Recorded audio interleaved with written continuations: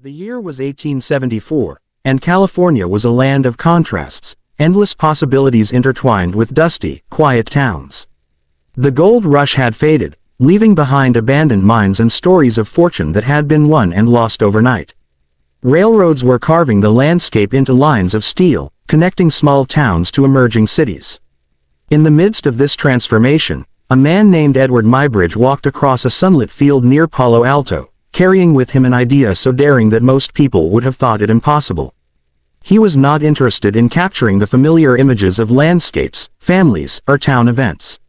Muybridge wanted to capture motion itself, a challenge that had confounded scientists, artists, and inventors for decades.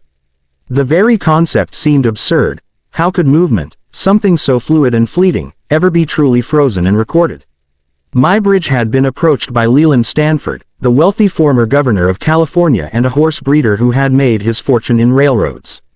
Stanford had asked a simple yet perplexing question: does a horse ever have all four hooves off the ground at once when it runs? This was more than a curiosity. It was a question that bridged science, art, and technology. Muybridge accepted the challenge, knowing that answering it required ingenuity beyond the limitations of existing photography. He brought a dozen large cameras, each positioned in a precise line along the race track, each with a tripwire stretched across the path. The setup was meticulous. If even one camera misfired, the sequence of images would be broken, and the experiment would fail. The sun was sinking low, painting the field in golden hues as townspeople gathered to witness the strange endeavor. Whispers and speculation ran through the crowd. No one had seen cameras arranged in such a manner. Some thought it was witchcraft, others simply shrugged, expecting nothing to come of it. Then came Occident, a muscular chestnut stallion, tense and snorting at the noise and anticipation. Stanford gave the signal, and the horse surged forward, hooves pounding rhythmically against the soft dirt. As he ran, the tripwires triggered the cameras in rapid succession, clack, clack, clack, capturing each fraction of a second of motion. Muybridge watched intently, his heart pounding with a mixture of anxiety and exhilaration. When the sequence was developed, the images revealed what the human eye could never discern. The horse, indeed, had all four hooves off the ground at certain moments in its stride. The experiment was a triumph, a revelation that bridged art, science, and technology.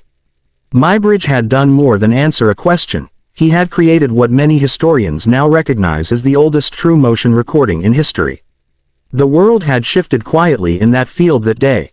What seemed like a simple test of a horse's gait became a profound step toward a future where movement could be captured, studied, and even enjoyed as entertainment.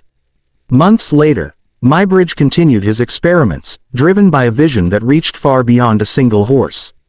He constructed a device he called the zoopraxiscope, a rotating disc that could display sequences of images in rapid succession to create the illusion of continuous motion.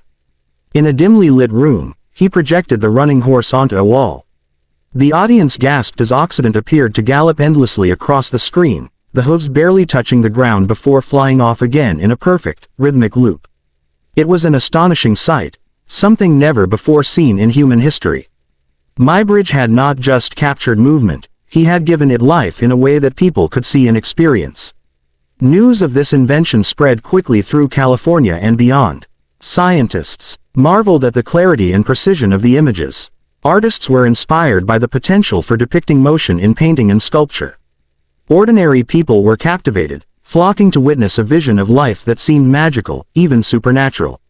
In a way, California, a land already legendary for its gold, ambition, and endless horizons, had become the birthplace of cinema. Muybridge's simple experiment on a sunny field had unknowingly set the stage for an entire industry, one that would dominate the world's imagination for generations to come.